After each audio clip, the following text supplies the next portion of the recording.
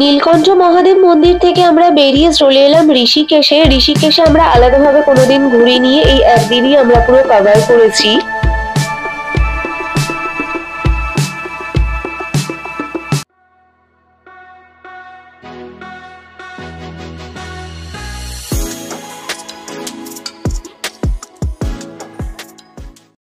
Hello everyone, welcome back to our channel rainbow of life blog.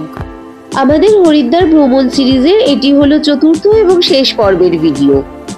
তবে এই সিরিজটা কিন্তু এখানেই শেষ হবে না, এরপর থেকে স্টার্ট হয়ে যাবে আমাদের মসৌরি ঘোরার ভিডিও। এই দিন আমরা সকালে হরিদ্বার থেকে বেরিয়ে সোজা নীলকণ্ঠ পর্বত ঘুরে তারপর ঋষিকেশ হয়ে আবার হরিদ্বারেই ব্যাক করি। হারকি পাউড়ি থেকে যে শিব মূর্তিটা দেখা যায় সেটা কিন্তু এই ঋষিকেশ যাওয়ার পথেই খুব ভালো করে দেখা যায়। তাহলে চলুন আজকে দেখে নেওয়া যাক আমাদের একদিনের ঋষিকেশ এবং নীলকণ্ঠ পর্বত ভ্রমণের গল্প। এর আগের ব্লগগুলিতে আপনারা দেখতে পেয়ে যাবেন আমরা হরিদ্বারে কোথায় কোথায় বেড়ালাম, কি কি ঘুরলাম, কি কি দেখলাম সেই ব্যাপারে। হরিদ্বার ভ্রমণ সংক্রান্ত একটি পূর্ণাঙ্গ বিবরণ আপনারা এই ভিডিওগুলি থেকে পেতে পারবেন। তাই আপনাদের কাছে রিকোয়েস্ট রইল আপনারা অবশ্যই সময় করে আমাদের হরিদ্বারের এপিসোডগুলো দেখবেন। সুবিধার জন্য হরিদ্বার ভ্রমণের প্লেলিস্ট উপরে আই বাটনে এবং প্রত্যেকটা ভিডিওর আলাদাভাবে লিংক আমরা ডেসক্রিপশন বক্সে দিয়ে দেব। মামা কোথায় এসেছি আমরা আজকে? ওলা বলে হ্যালো, এই যে এদিকে দেখো মামা। আমাদের আজকের প্রথম ডেস্টিনেশন হলো নীলকণ্ঠ পর্বত। আর এই নীলকণ্ঠ পর্বতে যেতে হলে কিন্তু যে রাস্তা পড়ে সেটা কিন্তু আপনাকে ঋষিকেশ হয়েই যেতে হবে। একটু আগে ভিডিওতে যে ব্রিজটা দেখালাম সেটা হলো নীলকণ্ঠ ব্রিজ। আর সেখান থেকেই রাস্তা ভাগ হয়ে একটা চলে যাচ্ছে কেদারনাথের দিকে, আরেকটা চলে যাচ্ছে নীলকণ্ঠ মহাদেব মন্দিরের দিকে।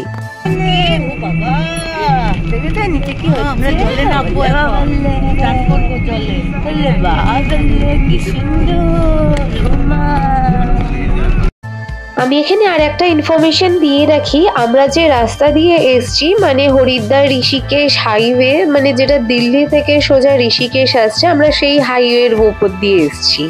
ঋষিকেশের ফেমাস হচ্ছে রিভার রাফটিং, তো সেই রাফটিং গুলো কিন্তু এখানেও হচ্ছে।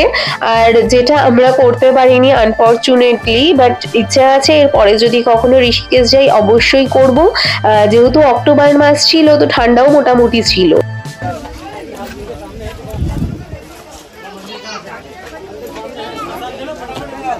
তো ফাইনালি আমরা পৌঁছে গেলাম নীলকণ্ঠ পর্বত। আর নীলকণ্ঠ পর্বতে পৌঁছাতে সময় লেগেছে হরিদ্বার থেকে 2 ঘন্টা মতন বাই কার। মন্দির খোলার সময় হলো সকাল 9টা। তো চলুন এবার মন্দিরের দিকে যাওয়া যাক।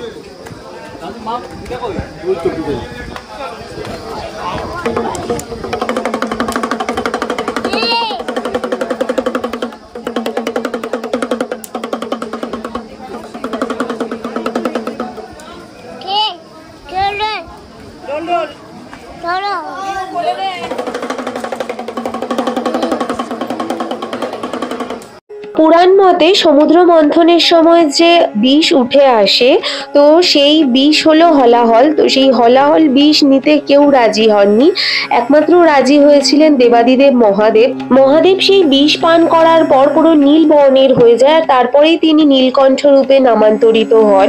বিষের জ্বালা মেটানোর জন্য তিনি হিমালয় পর্বতে আসেন, আর এই পর্বত হলো সেই নীলকণ্ঠ পর্বত।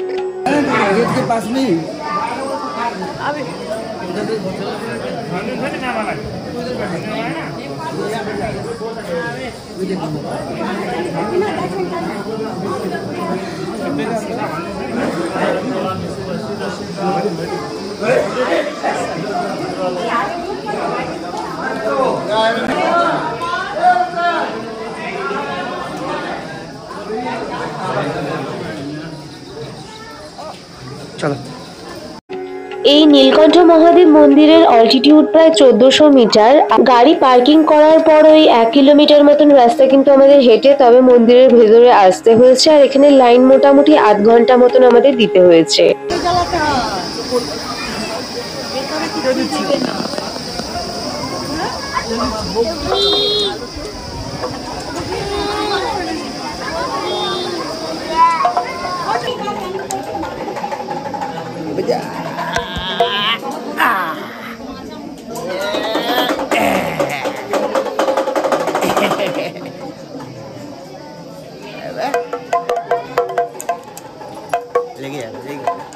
এদিকে তাকো, এদিকে তাকো।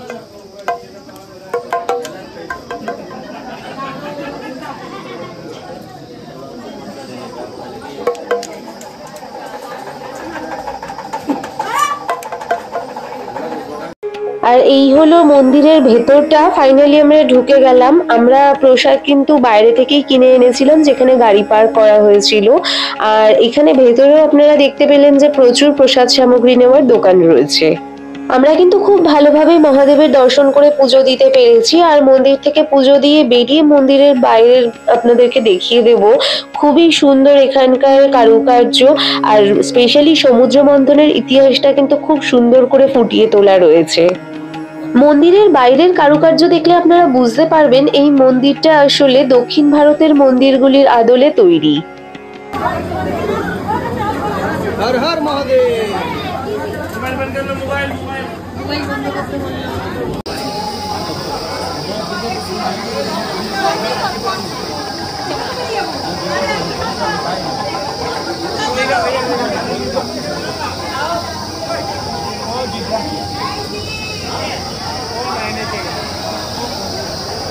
आजा थोड़ा सा।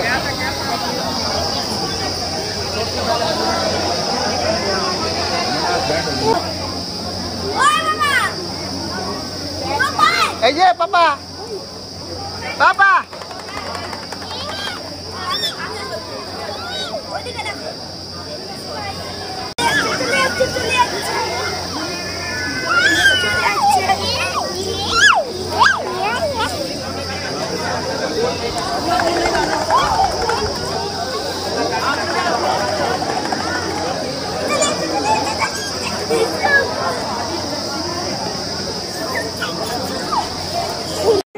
আর আপনারা দেখতে পাচ্ছেন রিহু বেবির আনন্দ, আর ও যেভাবে আমাদের ফুল ট্যুরে আমাদেরকে সাপোর্ট দিয়েছে আমাদেরকে ঘুরতে। আর এখন এই ছোট বাচ্চা নিয়ে ভিডিও করা প্লাস ঘোরা, বুঝতেই পারছেন কতটা হেক্টিক। তাই আপনাদের কাছে ভীষণভাবে রিকোয়েস্ট যে আমাদের ভিডিওগুলো প্লিজ দেখুন, আমাদের সাপোর্ট করুন।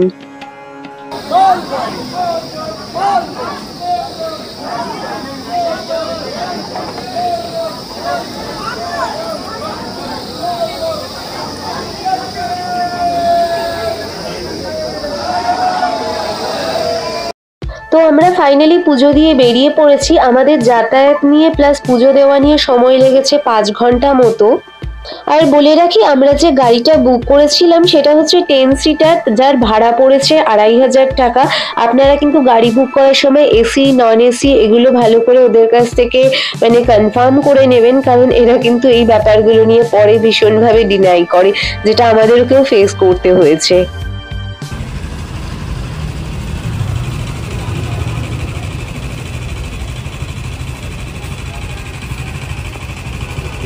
নীলকণ্ঠ মহাদেব মন্দির থেকে আমরা বেরিয়ে চলে এলাম ঋষিকেশে। ঋষিকেশে আমরা আলাদাভাবে কোনোদিন ঘুরে নিয়ে এই একদিনই আমরা পুরো কভার করেছি।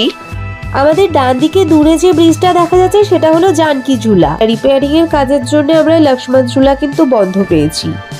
ঋষিকেশ হলো গাড়োয়াল হিমালয়ের প্রবেশ পথ। এই ঋষিকেশ থেকেই গাড়োয়াল হিমালয়ের বিভিন্ন তীর্থযাত্রাগুলো শুরু হয়। গঙ্গার ওই পারেই দেখা যাচ্ছে পরমার্থ নিকেতন, যেখান থেকে ঋষিকেশের গঙ্গা আরতি দেখার জন্য কিন্তু প্রচুর মানুষ আসেন। ঋষিকেশ থেকে যেহেতু কেদারনাথ, বদ্রীনাথ, গঙ্গোত্রী, যমুনেত্রী এই 4 ধামের যাত্রাপথ শুরু হয়, তাই জন্য কিন্তু ঋষিকেশকে গাড়োয়াল হিমালয়ের প্রবেশদ্বারও বলা হয়।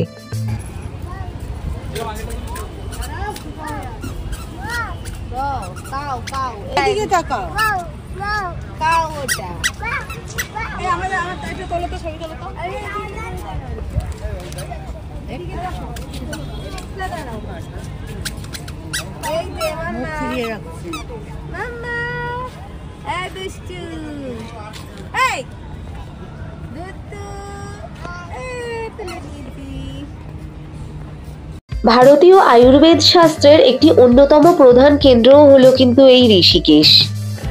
ঋষিকেশের আবহাওয়া কিন্তু অত্যন্ত মনোরম, আর যেই সময় আমরা গেছি অক্টোবর মাসে, ওই সময় কিন্তু ঋষিকেশের আবহাওয়া এক কথায় দুর্দান্ত ছিল। আর এই যে রিভার রাফটিং, এটা তো ঋষিকেশের অন্যতম আরেকটা অ্যাডভেঞ্চার। আমার কিন্তু মন পড়ে রয়েছে ওদিকেই, কিন্তু কিছু করার নেই, যেহেতু আমরা ডে টু ডে ট্রিপ করছি, প্লাস আমাদের সাথে বেবি আছে, আর ওয়েদারটাও সেই সময় বেশ ভালোই ঠান্ডা ছিল, সেই জন্য আর এইবারে আমাদের রাফটিং করা হলো না। আমাদের বাঁদিকে যে ব্রিজটা দেখা যাচ্ছে সেটা হলো রামঝুলা। চলুন এবারে ওখান থেকে আপনাদের ঘুরিয়ে আনি।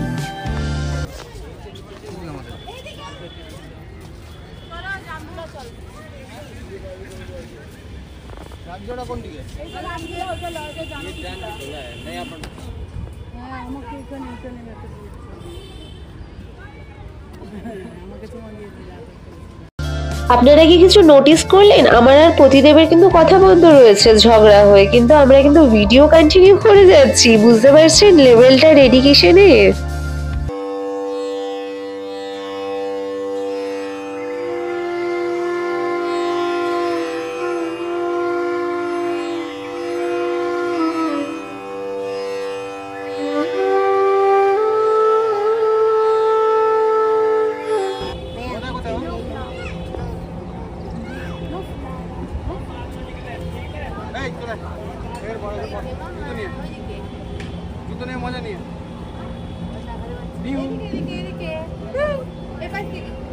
কোথায় যাবি আর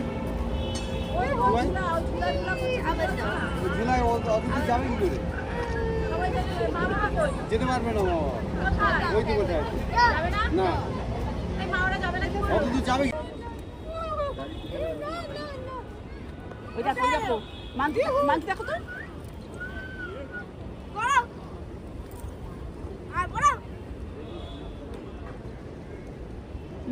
গাড়ি পার্কিং এর পর আমরা যে ঘাটে দাঁড়িয়েছিলাম সেখান থেকেই কিছুটা রাস্তা আমরা গঙ্গার পাশ ধরে হেঁটে তারপরে আমরা রাস্তা দিয়ে আসি। সময় লাগলো ওই 15 মিনিট মতন, আর এখানে কিন্তু কোনো গাড়ি আসে না।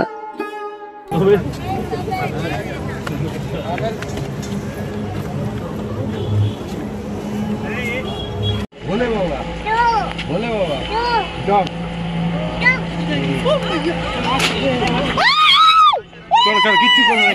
চিৎকারের কারণটা তাহলে বলেই দিই। আমি ভিডিও করতে করতে দেখি হঠাৎ করে একটা শিংওয়ালা গরু আমার সামনে চলে আসে। তাহলে বলুন ভয় লাগে না ওরকম গরু হঠাৎ করে চোখের সামনে দেখলে? আর এই এত মানুষের চলাফেরার ফলে যে ভাইব্রেশন প্লাস হচ্ছে হাওয়া দিলে একটা দোলাচ্ছে ব্রিজটা, দুটো মিলে কিন্তু অ্যাডভেঞ্চার প্লাস ভয় একদম একাকার হয়ে যাচ্ছে।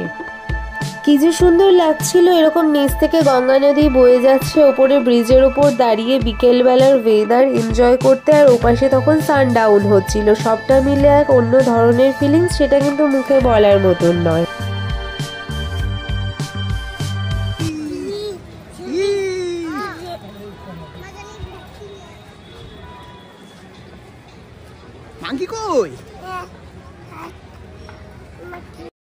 কি যে অসাধারণ ভিউ এখান থেকে পেয়েছি সেটা তো জাস্ট বলে বোঝানোর মতো নয়। এইরকম জায়গায় কিন্তু ঘন্টার পর ঘন্টা অনায়াসেই কাটিয়ে দেওয়া যায়। তো বেশ কিছুক্ষণ সময় আমরা এভাবে রামঝুলার ওপর থেকে নেচার এনজয় করে নিয়ে এবারে ব্যাক করে যাচ্ছি। আর যেহেতু এটা আমাদের ডে টু ডে ট্রিপ ছিল, তাই জন্য এই দিনেই আমরা হরিদ্বারে কিন্তু ব্যাক করেছিলাম। ঋষিকেশের গঙ্গা আরতিও আর আমাদের দেখা হয়নি, যেহেতু আমাদের ব্যাক করার ছিল, গাড়িটাও কন্ট্রাকচুয়াল ছিল। এই হলো সেই রাস্তা, যেই রাস্তা দিয়েই আপনাকে ব্যাক করে যেতে হবে ওই গঙ্গার ঘাটের দিকে, বা যেদিকে গাড়ি পার্ক করা আছে সেই দিকেই। আর এইখানের মার্কেটটা কিন্তু সত্যি ভীষণ সুন্দর। আমরা এখান থেকে বেশ কিছু শপিংও করে নিয়েছিলাম, সেটা আর দেখানো হলো না।